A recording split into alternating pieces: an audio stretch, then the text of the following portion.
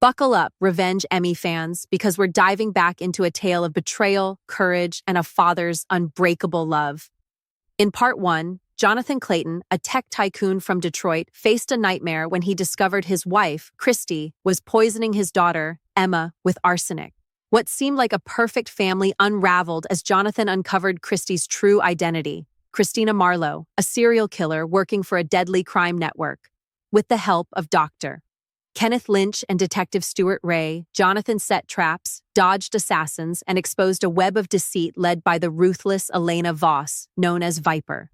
From poisoned lunchboxes to high-stakes chases, Jonathan fought to protect Emma, culminating in a heart-pounding showdown at the Azure where Voss was finally cuffed. But her chilling words, "They'll come for you," left a shadow over their victory. Now in part two, Jonathan and Emma seek a fresh start, but a cryptic message, "You missed one," pulls them back into the fight. Is the danger truly over, or is a new enemy watching? Let's find out. The sun hung low over the rolling hills of Vermont, painting the sky in hues of orange and pink as Jonathan pulled into the driveway of their new home. It was a modest farmhouse, far from the sleek urban penthouse of their old life in Detroit. The air smelled of pine and fresh earth, a stark contrast to the city's concrete and exhaust. Emma bounded out of the car, her backpack slung over one shoulder, her unicorn blanket clutched in her arms. "Daddy, look! There's a swing in the tree!" she shouted, already running toward it. Jonathan smiled, the first real smile he'd felt in weeks. The move had been swift, orchestrated with the precision he'd honed at Clayton Industries. New names, new IDs, a quiet town where no one knew their story. He'd sold the company, funneling the proceeds into a trust for Emma, untouchable by anyone but her when she turned 21. The empire he'd built was gone, but his daughter was safe. That was all that mattered. Inside, the house was still half unpacked, boxes stacked in the corners, but Emma didn't care. She was already planning her room, chattering about painting it purple and hanging her unicorn drawings. Jonathan watched her, marveling at her resilience. The doctors had confirmed the arsenic was out of her system, her energy returning with every passing day. But the scars on his heart, Christy's betrayal, Voss's cold efficiency, would take longer to heal. Kenneth had stayed in touch, sending updates on the case. Elena Voss was in federal custody, facing charges of racketeering, murder, and conspiracy.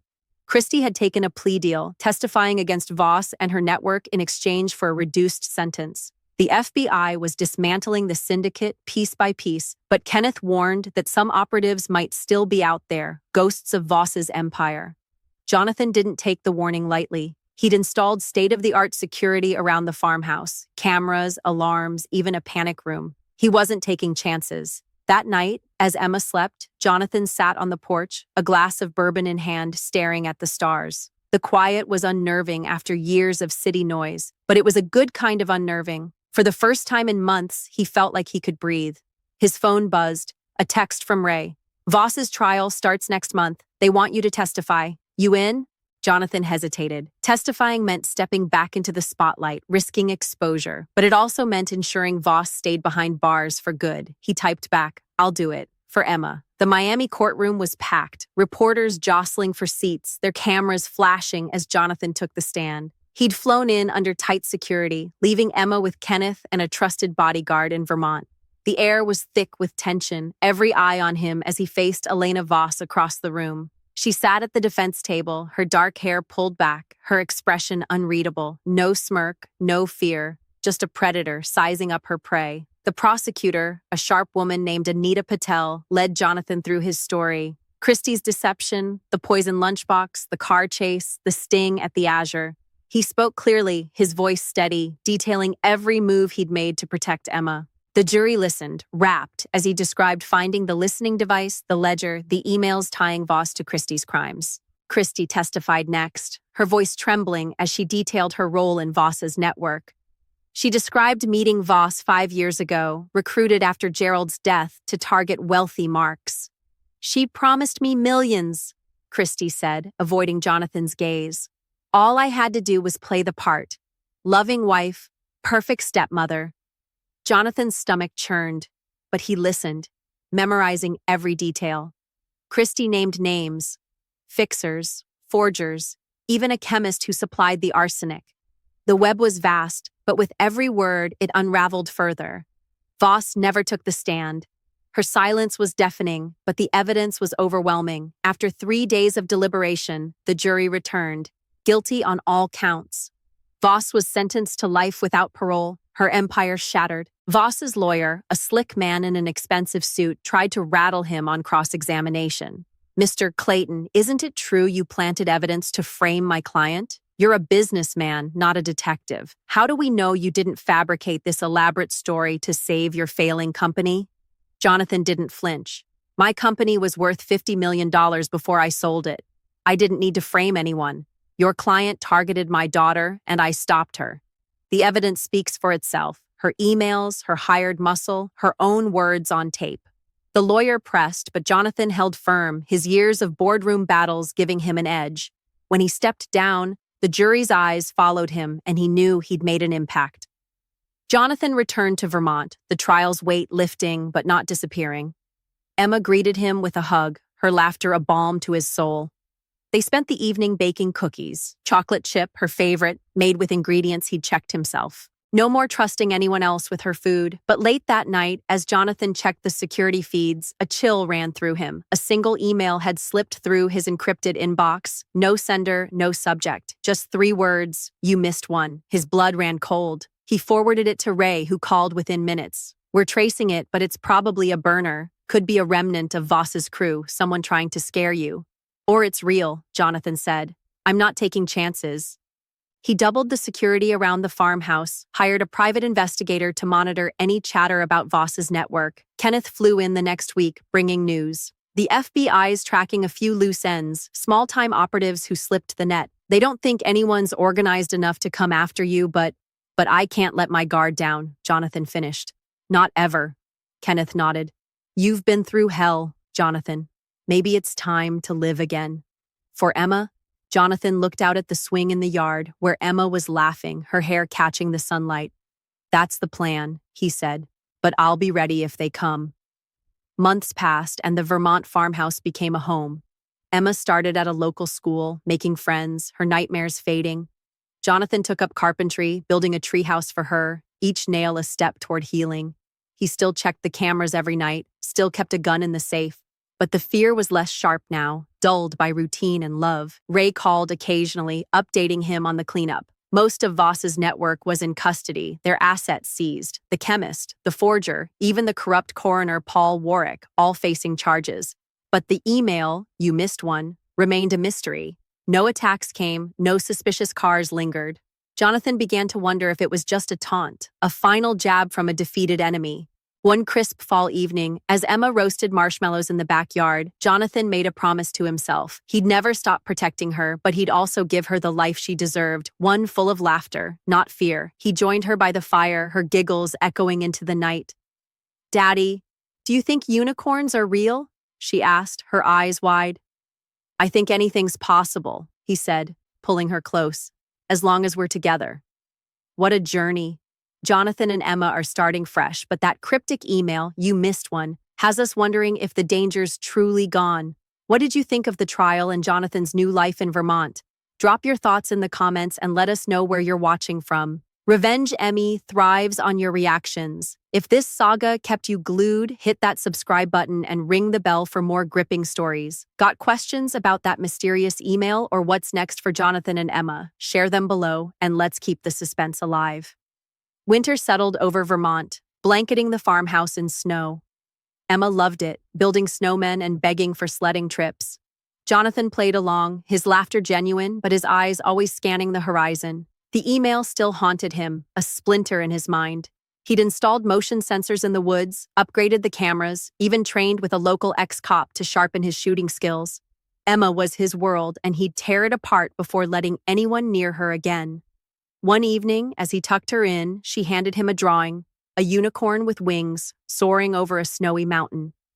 "This is us," she said, flying away from the bad stuff. Jonathan's throat tightened. "You're right, sweetheart.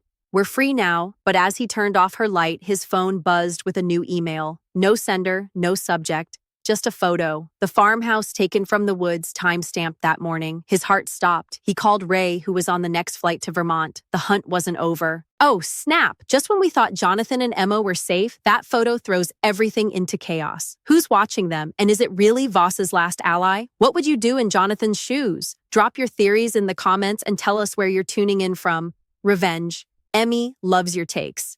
If this cliffhanger's got you hooked, smash that subscribe button and tap the bell for the next chapter. Got questions about that eerie photo or what's lurking in the woods? Share them below and let's unravel this final twist together. Jonathan stood on the porch of the Vermont farmhouse, the icy wind cutting through his jacket as he stared into the snow-dusted woods. The photo from the anonymous email, a grainy shot of his home, taken from the tree line, burned in his mind. Someone was watching, close enough to capture the frost on the windows, the swing Emma loved swaying in the breeze. The timestamp was 6:42 a.m. yesterday, when he'd been inside making coffee, unaware of the eyes lurking just beyond his property. The realization made his skin crawl. Ray studied the image, zooming in on the trees. No visible tracks, no tire marks.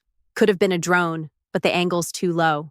Someone was on foot, close. Jonathan's jaw tightened. Any luck tracing the email?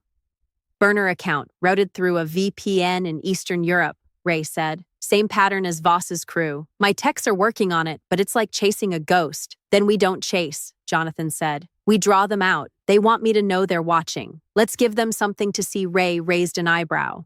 Another trap? You're getting predictable. Not predictable, Jonathan said. Smarter. They think I'm scared. Running. I'll make them believe it. Then flipped the script. Ray sighed, rubbing his hands together for warmth. All right, what's the play? Jonathan laid out the plan. He'd stage a panicked exit, packing bags, loading the car, making calls about relocating Emma. The cameras would catch it all, and if the watcher was still out there, they'd take the bait, thinking he was vulnerable. Ray's team, already en route from Boston, would set up a perimeter in the woods, ready to pounce. Mike would keep Emma secure, far from the action. You're betting a lot on them being sloppy, Ray said. If they're Voss's last operative, they might be smarter than the others. Then we'll be smarter, Jonathan said.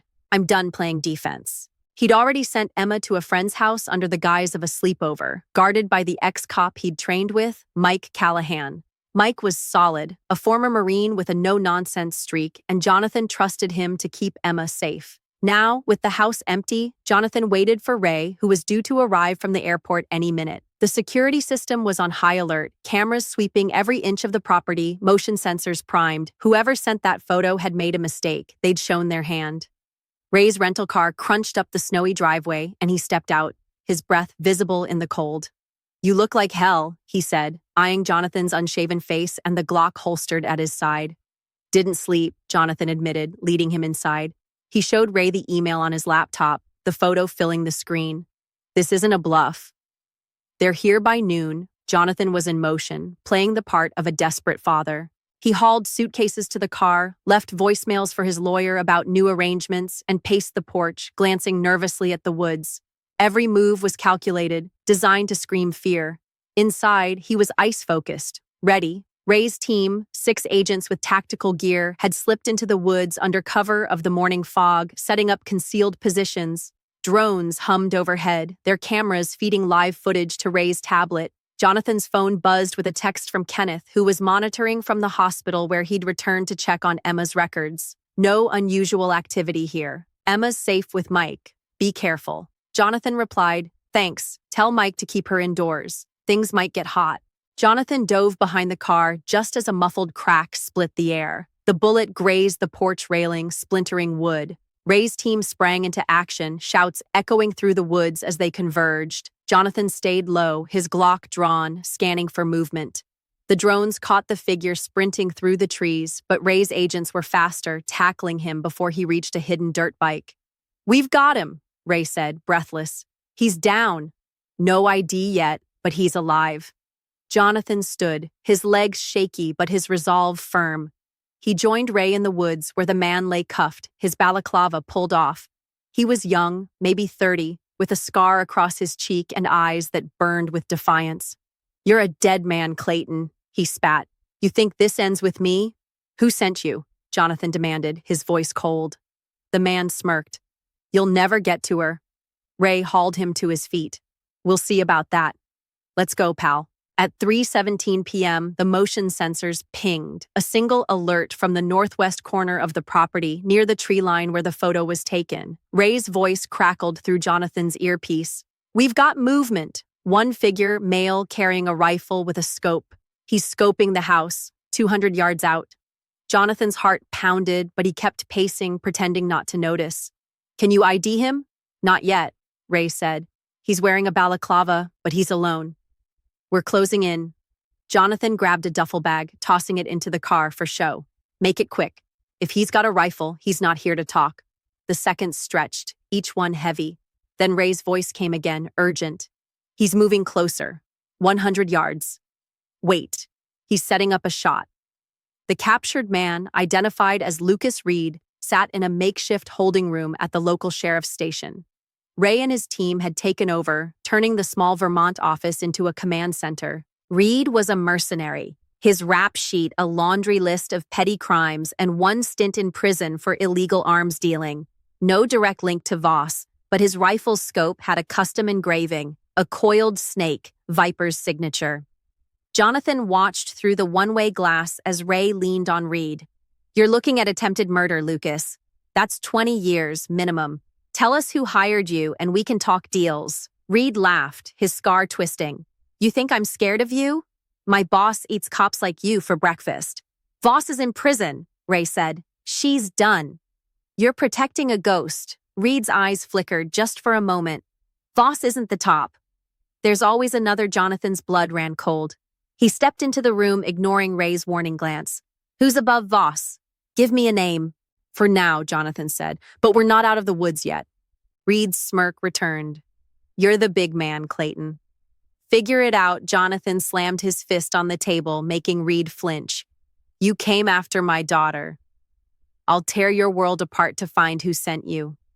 Talk. Reed leaned back, unfazed. You're already dead. You just don't know it yet. Ray pulled Jonathan out before he could lose it. He's baiting you, Ray said. He wants you rattled. We'll break him, but it'll take time. We don't have time, Jonathan said. If there's someone above Voss, they're still out there. Emma's not safe. Ray nodded. We're tracing his phone, his contacts. The FBI's pulling every string they've got, but you need to go back to Emma. Be with her. We'll handle this, Jonathan wanted to argue, but Ray was right. Emma needed him. He drove to Mike's house, where Emma was playing board games, oblivious to the chaos. Mike met him at the door, his face grim. Heard about the shooter. You okay? Back at the farmhouse, Jonathan couldn't shake Reed's words. Voss isn't the top. The idea of a bigger player, someone pulling strings even Voss answered to, was a nightmare he hadn't prepared for. He called Kenneth, who'd been digging into Reed's background. What do you have? Not much, Kenneth admitted. Reed's a hired gun, no direct ties to anyone big, but I found something weird. That snake engraving on his rifle? It's not just Voss's symbol, it's tied to an older case, a smuggling ring busted in the 90s. The leader was a woman named Marina Kostov, but she vanished after a plea deal. Jonathan's pulse quickened. You think Kostov's the one above Voss? It's a theory, Kenneth said. No one's seen her in decades, but she was known for running networks like Voss's, poisoning, staged accidents. If she's back, she's playing a long game. Jonathan's mind raced. A ghost from the 90s orchestrating everything from the shadows. Can you get me her file? Already on it, Kenneth said. I've got a contact at Interpol pulling records.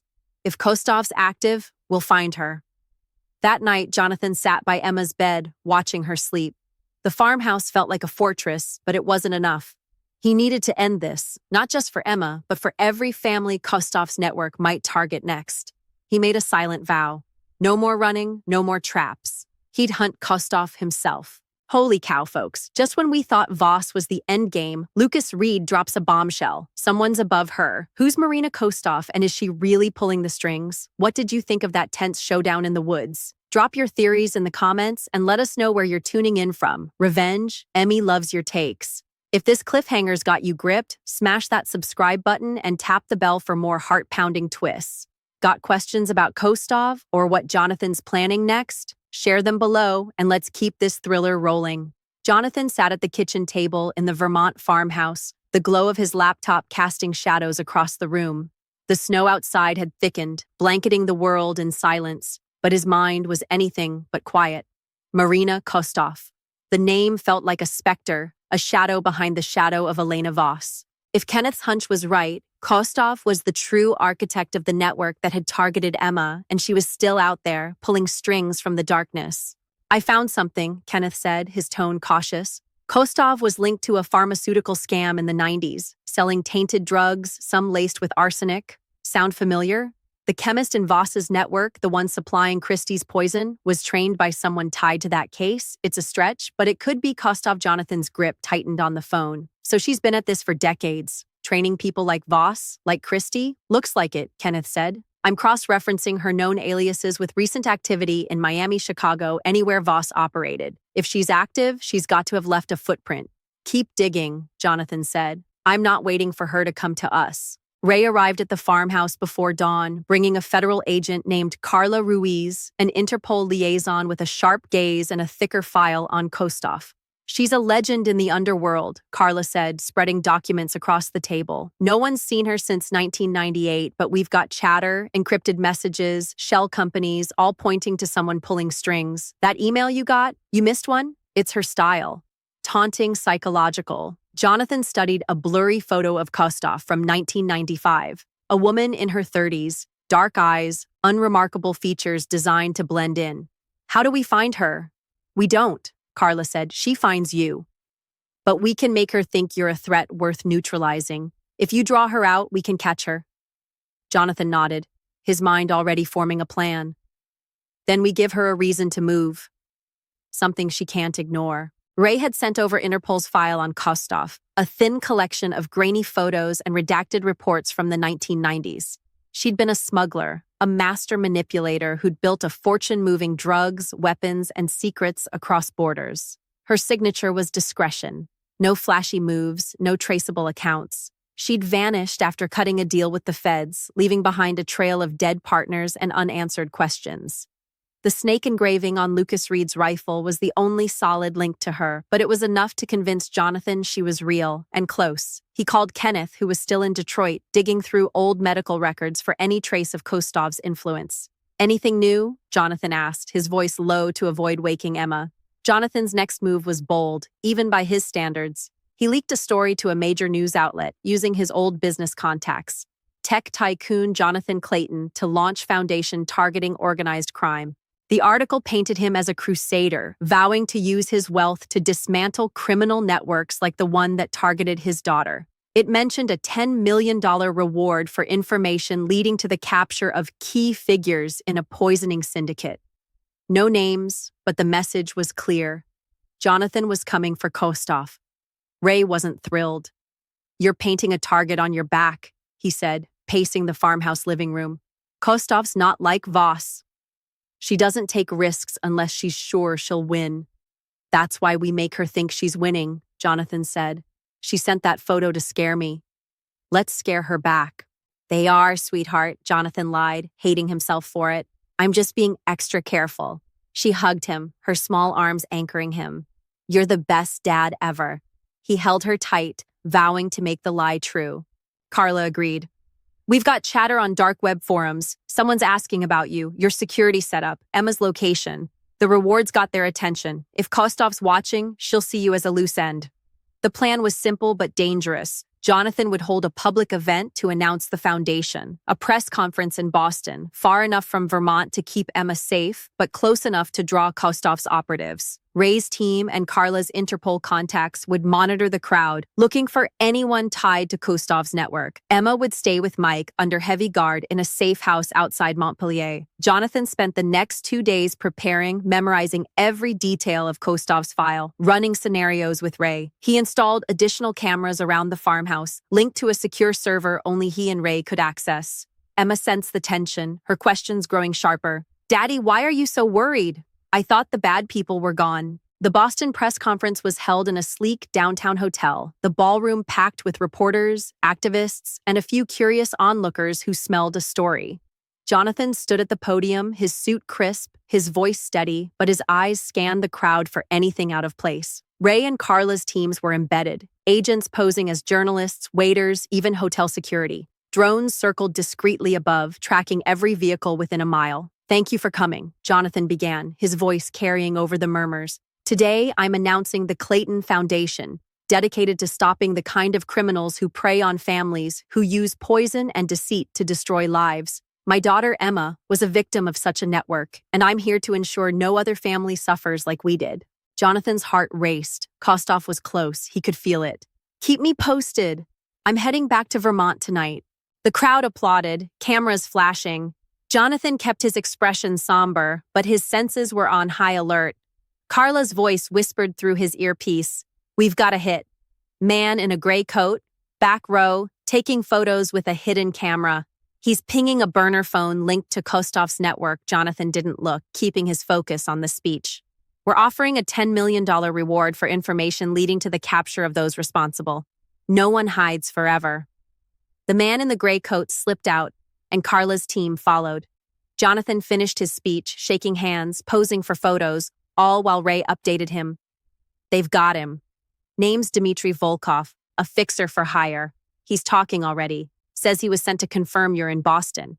By who? Jonathan asked, stepping into a side room. He won't say yet, Ray said, but he's scared.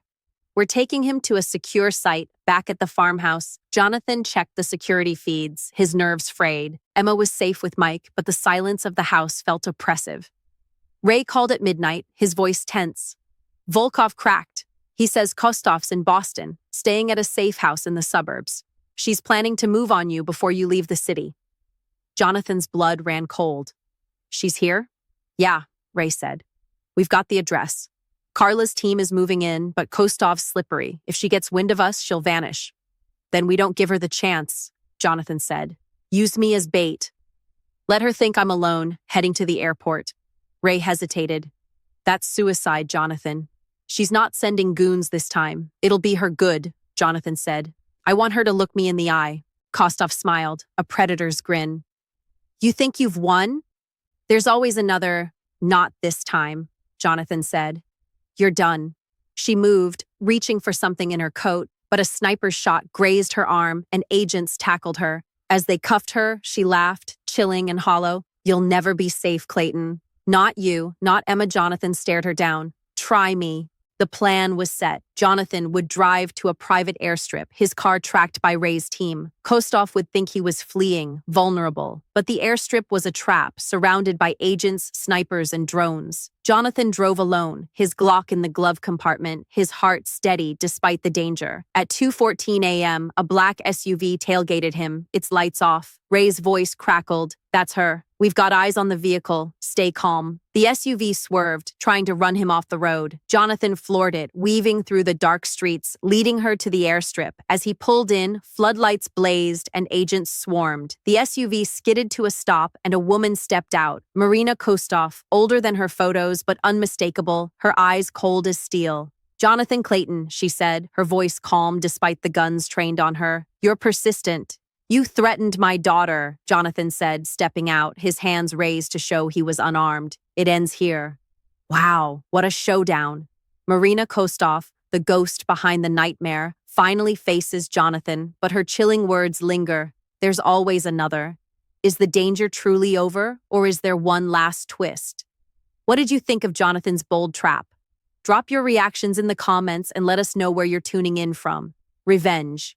Emmy loves your energy. If this thriller's got you hooked, smash that subscribe button and ring the bell for more pulse-pounding stories. Got questions about Kostov's final taunt or Jonathan's future? Share them below and let's keep the suspense alive. Jonathan stood in the Vermont farmhouse, the snow falling softly outside, muffling the world in a deceptive calm.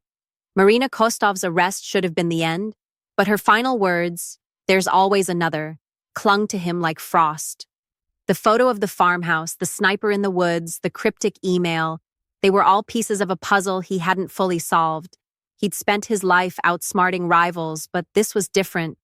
This was personal, and the stakes were Emma's safety. Ray called at dawn, his voice rough from lack of sleep. Kostov's in a federal holding cell, but she's not talking. We're digging into her aliases, her contacts, but it's slow. That email you got, it's clean, no trace. Whoever sent it knows how to cover their tracks. Jonathan's jaw tightened. What about Reed and Volkov? They know anything? Reed's clammed up, lawyered up with some high-priced attorney we can't tie to Kostov yet, Ray said. Volkov's still talking, but he's low level. Says he heard rumors of a silent partner in Kostov's network, someone who funds the big jobs. No name, no face, a silent partner, Jonathan repeated, his mind racing. That's who sent the email. They're tying up loose ends? Ray hesitated. Jonathan, we're spread thin. The FBI's chasing leads across 3 states, and I've got a skeleton crew here. You need to stay put. Keep Emma safe. I'm not hiding, Jonathan said. If there's someone else out there, I'm finding them. He hung up and checked the security feeds. The cameras showed nothing but snow and empty woods, but he didn't trust the quiet. He called Mike Callahan, who was guarding Emma at the safe house. Everything okay there? Emma's fine, Mike said. She's playing checkers with my daughter, laughing her head off. No sign of trouble. Stay sharp, Jonathan said. I'm heading to Boston. Ray's team missed something, and I'm not waiting for it to find us. Jonathan drove to Boston, the road slick with ice, his Glock in the glove compartment. Ray met him at a diner near the FBI's field office, where Carla Ruiz was coordinating the hunt for Kostov's silent partner. The diner was crowded, the clatter of plates and chatter of truckers masking their conversation. Carla slid into the booth, her Interpol badge tucked away, her eyes scanning the room. We've got a lead, she said, pushing a file across the table. Kostov's financials show payments to a shell company in the Caymans, coded as consulting fees. The account's tied to a name, Richard Ellsworth. Ever heard of him? Jonathan shook his head, flipping through the file. Ellsworth was a ghost, no photo, no address, just a string of offshore accounts and property holdings. Who is he? We don't know, Carla admitted. But the payment started right after Kostov's deal in the 90s. He's been bankrolling her ever since. Voss, Christy, the whole network. If he's the silent partner, he's the one you missed.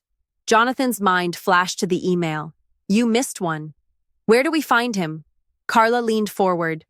One of his properties is a penthouse in Boston, registered under a dummy corporation.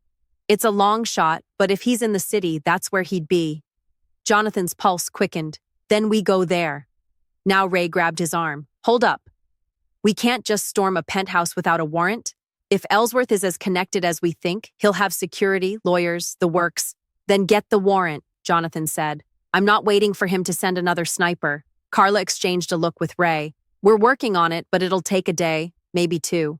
In the meantime, we've got surveillance on the penthouse. If he's there, we'll know. Jonathan didn't like it, but he nodded. Fine, but I'm staying in Boston. If Ellsworth moves, I want to be there.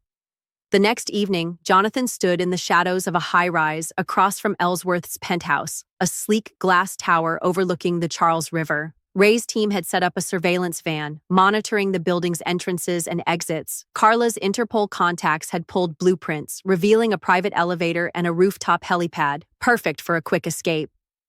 The warrant was still hours away, but Jonathan's patience was wearing thin. Anything? He asked Ray, who was glued to a laptop in the van. 2 guards at the entrance, 1 in the lobby, Ray said.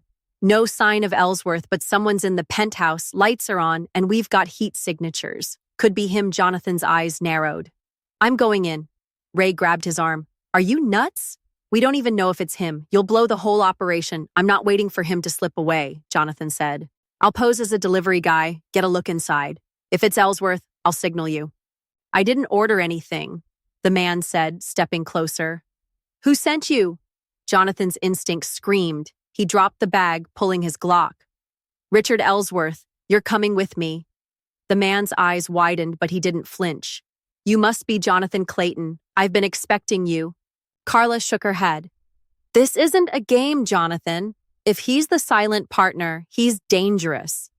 So am I, Jonathan said, his voice like steel. He'd spent months fighting for Emma, outsmarting killers. He wasn't stopping now. He grabbed a delivery bag from the van, a prop Ray's team had on hand, and headed to the building. The lobby guard barely glanced at him, waving him toward the service elevator. Jonathan's heart pounded as he rode to the penthouse, his earpiece crackling with Ray's warnings. One wrong move, and you're done. Be careful. The elevator opened to a marble hallway, a single door at the end. Jonathan knocked, holding the bag like a shield. The door opened, revealing a man in his 60s, silver hair, sharp suit, eyes like a hawk. Can I help you? He asked, his voice smooth but edged with suspicion. Delivery, Jonathan said, scanning the man's face. He matched the vague description in Carla's file, Richard Ellsworth, or someone playing the part. Ellsworth didn't resist as Jonathan pushed him into the penthouse, keeping the gun trained on him. The room was opulent. Leather furniture, abstract art, a view of the city skyline. But Jonathan's focus was on the man, who sat calmly on a couch, his hands raised. "You're making a mistake," Ellsworth said. "I'm just a businessman." "You're the silent partner," Jonathan said. "You funded Kostoff, Voss, Christy. You sent the email, the sniper. You're the one I missed." Ellsworth's smile was thin, predatory. "You're clever, Clayton, but you're out of your league. Put the gun down and we can talk." "Talk now," Jonathan said, his finger steady on the trigger. Ray's voice buzzed in his ear. "We're coming up. Stall him." "You don't understand the game," Ellsworth said. "Kostoff was a tool, like Voss, like your wife. I don't get my hands dirty. I provide opportunities. You could have been one of them if you'd stayed out of the way." "You targeted my daughter," Jonathan said, his voice shaking with rage. "Why?" Ellsworth shrugged. "Business. Your company was a gold mine, and Christy was the perfect way in. Emma was collateral. A means to an end." Jonathan's vision blurred with fury, but he held steady as Ray's team burst through the door, weapons drawn. "Richard Ellsworth, you're under arrest," Ray shouted, cuffing him. Ellsworth didn't resist, his eyes locked on Jonathan. "You think this ends with me? The game never stops, Clayton." As Ray led him away, Jonathan felt a chill. The penthouse was searched, yielding laptops, burner phones, and a ledger linking Ellsworth to dozens of crimes, including the payments to Kostoff. But his words echoed. The game never stops. What a showdown. Jonathan faced down Richard Ellsworth, the mastermind behind the nightmare, but that chilling warning, "the game never stops," has us on edge. Is Ellsworth the final piece, or is there another player out there? What did you think of Jonathan's bold move in the penthouse? Drop your theories in the comments and let us know where you're tuning in from. Revenge, Emmy loves your reactions. If this thriller's got you hooked, smash that subscribe button and ring the bell for more pulse-pounding twists. Got questions about Ellsworth or what's next for Jonathan and Emma? Share them below and let's keep the suspense alive. Jonathan stood in the Boston FBI field office, watching through a one-way mirror as Richard Ellsworth sat in an interrogation room, his silver hair catching the harsh fluorescent light. The man was calm, almost amused as Ray and Carla grilled him. His lawyer, a sharp-eyed woman in a tailored suit, was already spinning defenses, claiming the evidence was circumstantial. But the ledger from the penthouse was damning. Pages of coded transactions linking Ellsworth to Kostoff, Voss, and a dozen other operatives across the globe. Jonathan's hands clenched at his sides, the weight of Ellsworth's words lingering. The game never stops. Ray stepped out, his face etched with exhaustion. He's not talking, but we don't need him to. The ledger's enough to put him away for life, money laundering, conspiracy, murder for hire. We're cross-referencing it with Kostoff's files now. This guy's been bankrolling half the underworld for decades. "Good," Jonathan said. "I'm on my way." He arrived at the safe house just as the sun dipped below the horizon, painting the sky in shades of violet. Emma ran to him, her arms wide. "Daddy, you're back. Did you get the bad guys?" Jonathan knelt, hugging her tight. "Yeah, sweetheart. We got them," but as he held her, his eyes scanned the snowy yard, the trees, the shadows. The game never stops. Jonathan nodded, but his mind was elsewhere. He said the game never stops. What if he's not the top? Carla joined them, her tablet glowing with new data. "He's the top we've got.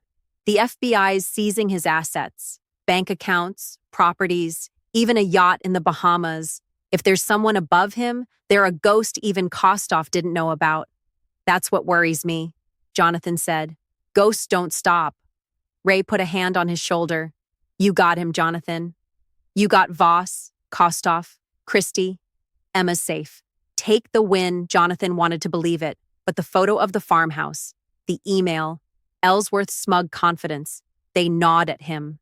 He drove back to Vermont, the snowy roads a blur, his thoughts on Emma. She was still at Mike's safe house, laughing over hot cocoa, oblivious to the storm he'd just faced. He called Mike, his voice tight. "How's she doing?" "Happy as a clam," Mike said. "She's teaching my kid how to draw unicorns." No sign of trouble here. Spring arrived in Vermont, the snow melting into streams that sparkled in the morning light. Jonathan and Emma settled into their new life, the farmhouse now a home filled with her laughter and the smell of fresh paint. She'd started school again, making friends, her unicorn obsession stronger than ever. Jonathan worked remotely, consulting for a small tech firm, a far cry from the empire he'd built and sold. The money from Clayton Industries was locked in Emma's trust, safe from any lingering threats. Kenneth visited often, bringing updates on the case. Ellsworth's trial was set for the fall, with enough evidence to bury him. Kostoff was cooperating, spilling names in exchange for a lighter sentence. Christy was in a federal prison, her plea deal ensuring she'd never see freedom again. The network was crumbling, but Jonathan couldn't shake the feeling of being watched. One evening, as he and Emma planted a garden, her idea, to grow flowers for her unicorns, he found a small metal object buried in the soil, a tracking device, older than the one in his office, but still active. His heart sank. He called Ray, who was on a plane within hours. "It's not Ellsworth's," Ray said, examining the device under a magnifying glass. "It's too crude, pre-2000 tech, probably Kostov's, planted before we caught her." Jonathan's stomach twisted. "Or it's someone else. Someone we haven't found." Ray shook his head. "We've torn apart their network. Every lead's a dead end." "You're safe, Jonathan. Let it go." But letting go wasn't in Jonathan's nature. He upgraded the security system again, added floodlights to the property, and taught Emma a code word for emergencies. She thought it was a game, giggling as she practiced it. But for Jonathan, it was survival. Summer brought warmth to Vermont, the fields blooming with wildflowers. Emma was thriving, her drawings now covering the fridge, each one a testament to her resilience. Jonathan tried to embrace the peace, taking her on hikes, teaching her to fish in the nearby creek. But the tracking device haunted him, a reminder that the past wasn't done with them. One night, as he checked the security feeds, his phone buzzed with a new email. No sender, no subject, just a single line. "Look closer." Jonathan's blood ran cold. He forwarded it to Ray, who traced it to a server in Russia, another dead end. But the message felt personal, targeted. He searched the house, the yard, the woods, finding nothing. Still, he couldn't shake the feeling that someone was out there, waiting. Kenneth arrived the next day, his face grim. "I dug deeper into Kostoff's old case files," he said. "There's a name that keeps popping up. A fixer named Ivan Petrov. He worked with her in the 90s, then vanished. No record of him since, but he was known for leaving messages like yours." "Look closer," was his signature. Jonathan's pulse quickened. "Petrov. Is he still alive?" "No one knows," Kenneth said. "But if he's out there, he's the last thread. The one we missed." Jonathan looked out at Emma, swinging on the tree he'd built her laughter carrying on the breeze. "Then we find him." Jonathan didn't wait for Ray's approval. He hired a private investigator, a former CIA operative named Sarah Holt, to track Petrov. Sarah was relentless, her network stretching across continents. Within days, she had a lead. A safe deposit box in Montreal, registered under one of Petrov's aliases, accessed last month. Jonathan met Sarah in Montreal, leaving Emma with Mike under heavy guard. The bank was old, its vault a fortress of steel and secrecy. With Carla's Interpol credentials, they accessed the box, finding a single USB drive and a handwritten note. "Clayton, you're too late." The USB contained a video, grainy footage of a man in his 70s, face obscured, speaking in a low, accented voice. "You've cost us dearly, Clayton. But the game continues. Enjoy your peace while it lasts." Jonathan's hands shook as he handed the drive to Carla. "It's him." Petrov Carla's face was grim. "We'll run facial recognition, voice analysis. If he's in Montreal, we'll find him." But days turned to weeks, and Petrov remained a ghost. The FBI flagged his aliases at borders, airports, but nothing surfaced. Jonathan returned to Vermont, his resolve unshaken but his hope fading. He sat with Emma each night, reading her stories, her warmth anchoring him. The threat was out there, but so was his strength. Fall arrived, the leaves turning crimson and gold. Ellsworth's trial ended with a life sentence, the courtroom erupting in cheers. Jonathan watched from Vermont, Emma curled up beside him, her unicorn blanket a constant companion. The news called him a hero, but he felt like a father, nothing more. Ray called with an update. "Petrov's trail's gone cold, but we're not giving up." "The network's dead, Jonathan." "You won?" Jonathan looked at Emma, asleep on the couch. I know. He'd never stop watching, never stop protecting. But for now, they were safe. The farmhouse was their fortress, Emma, their light. The game might never stop, but neither would he. What an epic close. Jonathan's hunted down every shadow, but Ivan Petrov's taunt, enjoy your peace while it lasts, leaves us wondering if the game's truly over. What did you think of this final chase? Drop your reactions in the comments and let us know where you're tuning in from. Revenge Emmy loves your energy. If this saga kept you on edge, hit that subscribe button and ring the bell for more thrilling tales. Got questions about Petrov or Jonathan's future? Share them below, and let's keep the suspense alive.